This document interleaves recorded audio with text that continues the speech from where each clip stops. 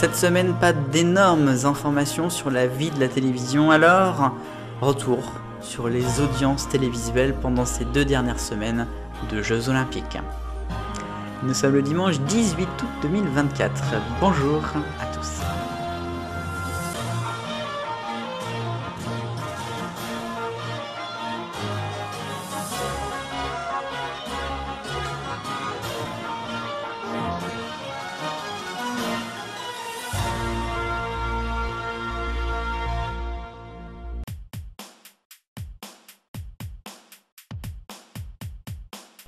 En anglais, on dirait une slow news week.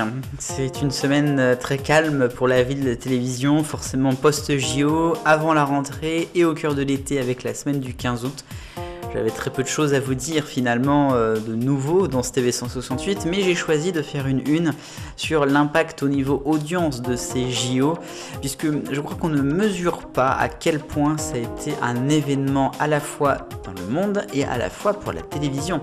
Parce que les JO ont eu un impact très fort sur notre petit écran qui est devenu grand, mais cette télévision a aussi eu un impact elle-même sur les JO, en tout cas pour la France, puisqu'on n'avait jamais vu des 2 semaines, un peu plus de 2 semaines aussi fortes pour France 2, pour France 3 même finalement aussi, même si c'est un petit peu moins net finalement sur le global.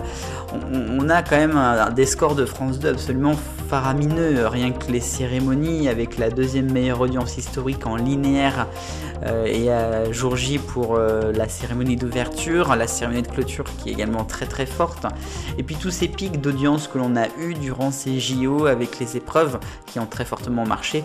Bien sûr la natation en tête de gondole, mais il y a aussi le judo, l'escrime, sans oublier le volley ou encore le basket, un peu de football aussi sur le dernier match. Donc voilà, ça a été des audiences incroyables et je crois que on ne revivra jamais des semaines comme ça pour la télévision, et surtout on ne reverra jamais France 2, le canal 2 être à ce niveau, que ça soit au mensuel ou au jour J, avec des records qui dataient des années 80 qui ont été battus notamment en classement, puisque le classement des audiences mensuelles, ça faisait très longtemps que France 2 n'avait pas été première en juillet. Ça sera très certainement le cas aussi au mois d'août.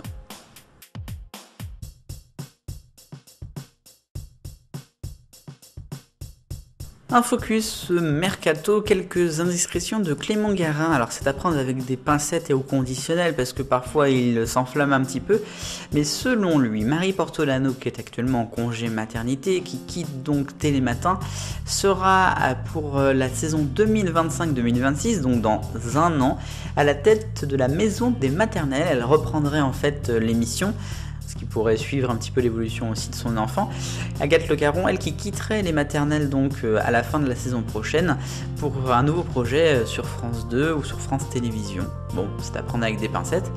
Et toujours selon le même Clément Garin, sur Télématin, avec Flavie Flamand donc, qui va arriver très prochainement, il n'y aurait non pas un homme mais une femme pour faire un duo 100% féminin.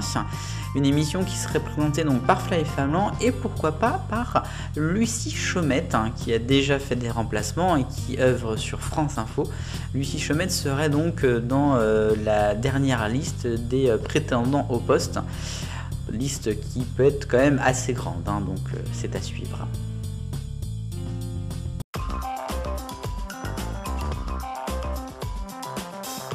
Le rayon des autres infos de la semaine est d'abord le football avec la Ligue 1, l'épisode de 4579. Bref, la première journée se déroule ce week-end et je peux vous dire qu'à partir de vendredi soir, je n'ai jamais vu autant de personnes regarder illégalement des matchs de foot. DAZN est donc à presque 30 €, que ce soit avec l'option Canal, ça y est, ça a été enfin officialisé, ou encore avec DAZN eux-mêmes. Tout le monde a regardé, mais via des liens de streaming illégaux, et donc peu de personnes à mon avis ont payé, croyez-moi. Deuxième info maintenant, France 5, c'est à vous, va revenir à partir du mois de septembre pour une nouvelle saison sur la chaîne. Et il va y avoir une nouvelle pastille humoristique après ce qu'on a déjà vu il y a déjà quelques années. On a vu notamment les Radoteurs ou encore J'étais à ça. Et bien il va y avoir JB et Lucien en coulisses. C'est une sorte de mini sitcom qui sera donc dans les coulisses de C'est à vous, mais ça sera assez fictif malgré qu'on pourra retrouver les animateurs de temps en temps. C8 maintenant avec plus que 6 mois pour la chaîne et bye bye paf, l'émission de Pascal de la Tour du Pain n'existera plus, en tout cas sous ce nom. Une émission qui avait quand même eu pas mal de changements, notamment au début de la saison dernière. Il y aura toujours une émission avant TPMP mais qui s'appellera probablement Pascal, Eric, Yann et les autres, pour Pascal de la Tour du Pain, pour Eric Nolot et pour Yann Moix. Bon, c'est un nom un petit peu à rallonge quand même, mais bon, C8 fait ce qu'ils veulent. Font ce qu'ils veulent, pardon. Et puis, dernière information, l'Eurovision, vous vous souvenez sûrement qu'il y avait eu d'énormes polémiques cette année, notamment avec le candidat néerlandais Jost, qui à quelques jours, quelques heures même du concours n'avait pas pu participer, avait été disqualifié à cause d'accusations, notamment qu'il aurait frappé une jeune photographe. Là, il y a eu une enquête qui a été faite et finalement, il n'y a rien, il n'y a pas de poursuite contre lui, malgré ce qu'il a pu faire.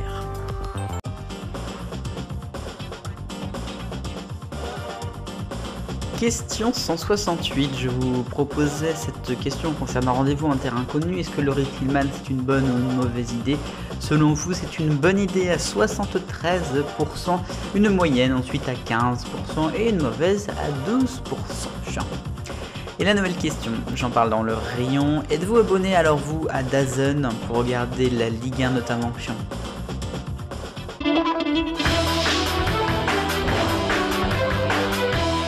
Les points, et je vais parler de Stéphane Plaza. Vous vous souvenez sûrement, il y a maintenant près d'un an, on avait annoncé de nombreuses accusations concernant l'animateur d'M6.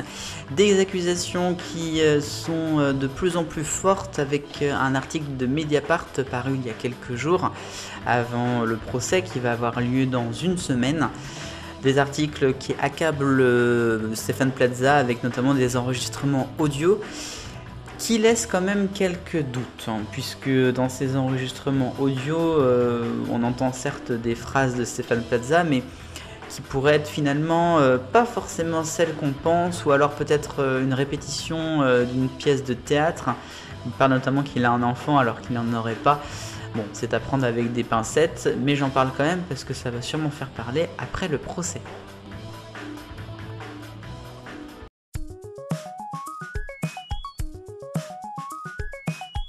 L'arc-en-ciel des audiences de retour dans sa version habituelle avec en rouge Capital sur M6 dimanche dernier. Bon, certes c'était face à la cérémonie d'ouverture, mais c'est sans doute un des pires scores d'M6 en prime. Faut pas rêver en orange sur France 3, énorme baisse par rapport au précédent numéro. Bon, faut dire que le Total TV était faible. Ouija, la série inédite de France 3 est en jaune jeudi avec seulement 1 300 000. Ensuite le vert c'est TFX avec la Villa des Cœurs Brisés, meilleur score de la semaine mercredi à presque 400 000 téléspectateurs, ça revient en hausse pour la nouvelle saison. Et ensuite c'est France 2 avec le bleu clair Nautilus, une série bien programmée avec la fin des JO à 3 183 000. Et les JO bien évidemment ensuite en bleu foncé, la soirée de samedi à plus de 7 millions et puis la cérémonie de clôture dimanche à 17 137 000 téléspectateurs, deuxième meilleure audience annuelle.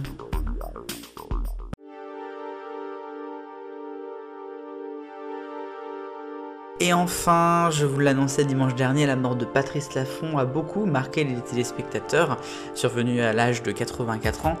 Un Fort Boyard spécial a été diffusé mercredi, bon ça n'a pas brillé en audience mais c'était pas le but, avec la participation ultime à la télévision de Patrice Laffont.